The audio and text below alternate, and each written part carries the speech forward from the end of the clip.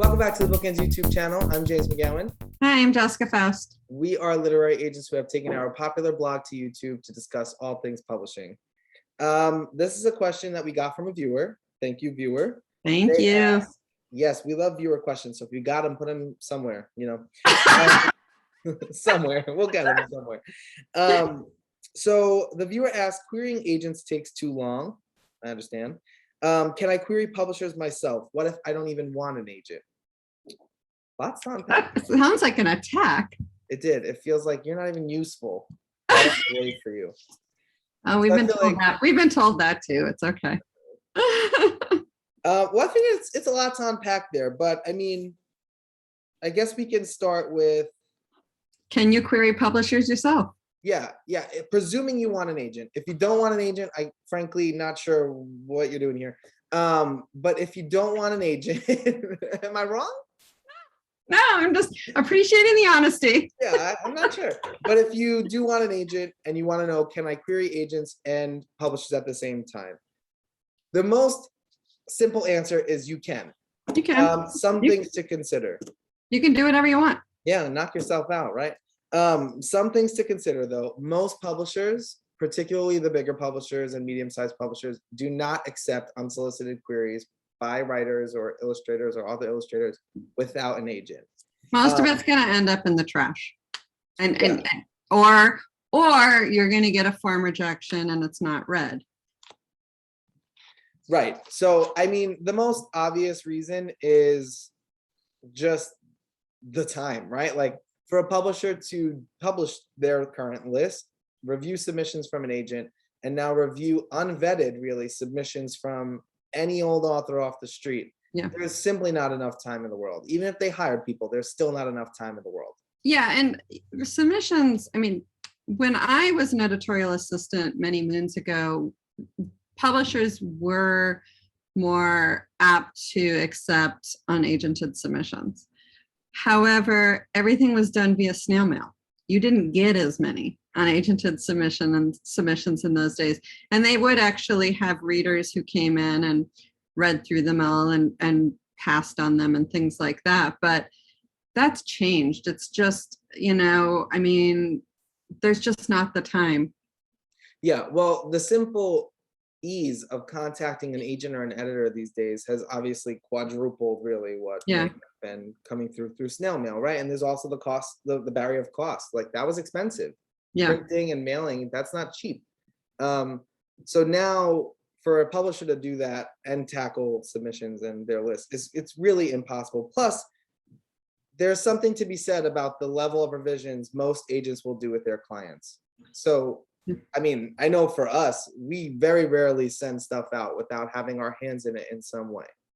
Well, and let's face it, it makes a publisher's job a million times easier if somebody else is vetting their submissions. Yeah. And they know when they receive submissions from agents that it's been vetted.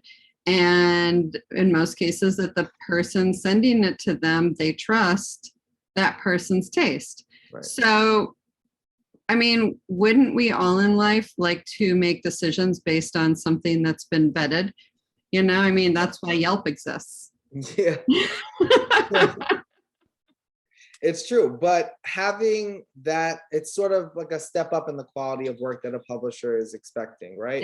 Yeah. And having it open to anybody who may have just dumped their thoughts into a Word document and click send, because believe me, we get those. There are a ton of those as well. It cuts down on time. So that's part of the logic of why a publisher won't open up. Yeah. With that said, some smaller publishers do accept unsolicited queries, and even some medium and large publishers do open up occasionally. I know Harlequin has a program, right, where they'll open up to submissions occasionally. Yeah, Harper does. I think Hachette does. I think there are certain places that do. Like incubator kind of things. Yeah. Yeah. So in those cases, you absolutely can submit without an agent, and it's oftentimes encouraged to do that. By them, not by us. Right, from them. Correct. But back to that whole part about not wanting an agent, right? Because I do think there's a conversation to be had there. Yeah, absolutely. I mean, one of the downfalls of submitting directly to the publisher is that if I sign you later and you've already submitted to Hachette and Harper, let's say, it may put me in a situation where I can't submit to them now, no matter what kind of work we do on your book. I probably would, but it might put me in a situation where I can't.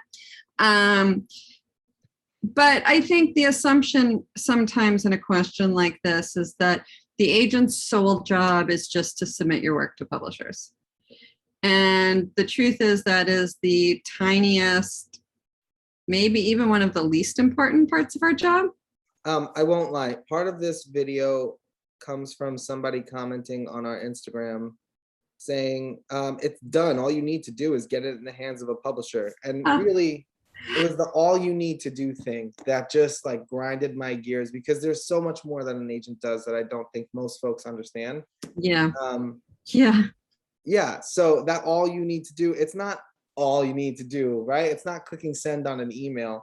You're submitting to somebody, in most cases, uninformed of what they're looking for, really what their specialties are, their tastes, what kind of books are on their list already. Those are all things that an agent already knows. Yeah, we know who is looking for a book about white cats and who loves baking bread and all of these little insights into editors' personal taste that helps us choose one editor versus another, rather than just sending it randomly to any old publishing house and not knowing who's going to pick it up and look at it. Exactly. Which is super important. But on top of that, the assumption that agents send anything without putting their own touch on it is madness. Most agents are well-versed in the market. We're still reading, we're selling, we're speaking to people about what they're looking for. Now we can help you make your book, elevate it and also make it stand out. So there is so much more value to having somebody who is more finger on the pulse of the market, reviewing and helping you shape before you send it to publishers. Because like we say on our website to authors that are querying, watch the videos, read the blog, get a critique group, make your work as rejection proof as possible. We are then doing the same thing. Yep. But let's say that your work is so good and complete that all you need to do is get it in the hands of publishers. All you need to do. All you need to do. And that is going to roll straight into an auction and millions of dollars. So let's say that happens. Yeah. And what you're saying is you still don't need an agent. But see, this is the part where you really need an agent. Right. This is the most important part where you need an agent, because an agent knows all of that. Right? When an offer is presented to you, there is so much subtext and so much that you don't even think that you have to understand and discuss really before you even say, yep, let's do it. Yeah. You know, so many parts of your offer, which may seem great to you, you don't know if you're getting standard. You don't know if you're being shorted or shortchanged somehow. You don't know so much about what an agent really deals in daily to adequately advocate for yourself. Yeah, and I have told these before, but I have a couple different stories that I like to tell when it comes to this. So when I was a young editor, we did have a slush pile. We did get unsolicited, unagented material. And I did find authors there, a number of them, in fact. And at the time, when I would offer to buy a book, my first recommendation is I would advise you get an agent. I can give you a list of a few different agents for you to talk to and go from there. Now, keep in mind, this was before every agent had a website and you could just Google agents and a whole raft of pages came up. I mean, I was giving them information that some of these people actually did not have access to. So, because unless you had a local library that had the LMP, you really didn't know how to find information on agents. So now you all think I'm 110. But there was one time when the author insisted, no, they didn't need an agent. They were going to do it on their own. And, you know, when I would make an offer, I wasn't going to ever give my best offer, because when I negotiate with agents, I prepare to negotiate. And the author accepted a terrible deal, all because, and honestly, had they gotten an agent, they accepted a deal that earned them less than they would have earned had they gotten an agent who would have negotiated well beyond just their 15%. So, and not just in the advance, in other aspects of the deal too, because nobody negotiated the contract when it came across their desk. So they just accepted whatever that a good agent would have had a boilerplate on that would have been better than what they signed. Yeah. The second one was a situation where the author again insisted they didn't need an agent, but when the contract came, did not understand the terms of the contract.